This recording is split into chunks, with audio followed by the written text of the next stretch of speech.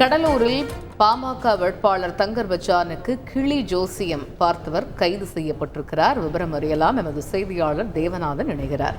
கூடுதல் தகவல்கள் என்ன தேவநாதன்?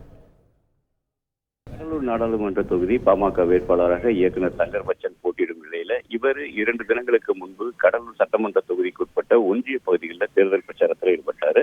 அப்பொழுது தென்னம்பாக்கம் என்ற பகுதியில் அழகுமுத்து ஐயனார் கோயிலில் அவர் சுவாமி தரிசனம் செய்துவிட்டு வெளியே வந்த போது அங்கு கிளி ஜோசியர்கள் அமர்ந்திருந்தார்கள்.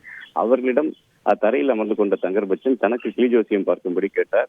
அதனை அடுத்து அவர்கள் அவருக்கு கிளி ஜோசியம் பார்த்தனர். அவர் கிளி ஜோசியம் பார்க்கும்போது அந்த அழகுமுத்து ஐயனார் சுவாமி அந்த கிளி ஜோசியத்தில் வந்த நிலையில் நீங்கள் நிச்சயமாக வெற்றி பெறுவீர்கள் என கிளி ஜோசியக்காரர் கொண்டு சொன்னதை கேட்டு கூடியிருந்தவர்கள் உடனடியாக கைத்தட்டி ஆரவாரம் செய்தனர். இந்த வீடியோவானது வைரலாக அனைத்து இடங்களிலும் பரவி வந்தது.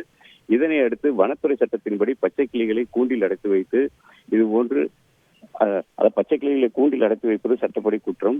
மேலும் அதனை கூண்டில் அடைத்து ஜோசியம் பார்ப்பதும் குற்றம் என்பதால்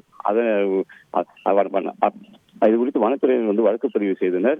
அந்த கிளி ஜோசியர்களை தேடி வந்த நிலையில இன்று மீண்டும் அழகுமுத்து ஐயனார் கோயில் வாசல்ல கிளி ஜோசியர்கள் இருப்பதை அறிந்த வனத்துறையினர் சென்று அந்த கிளி ஜோசியர் செல்வராஜ் என்பதை தற்போது அழைத்து வந்துட்டு இருக்காங்க. அவரை தற்போது இங்க வனத்துறை அவர் வைத்திருந்த 4 கிளிகளையும் தற்போது வனத்துறையினர் பறிமுதல் செய்திருக்காங்க. அவரிடம் தொடர்ந்து விசாரணையானது மேற்கொள்ளப்பட்டு வருகிறது.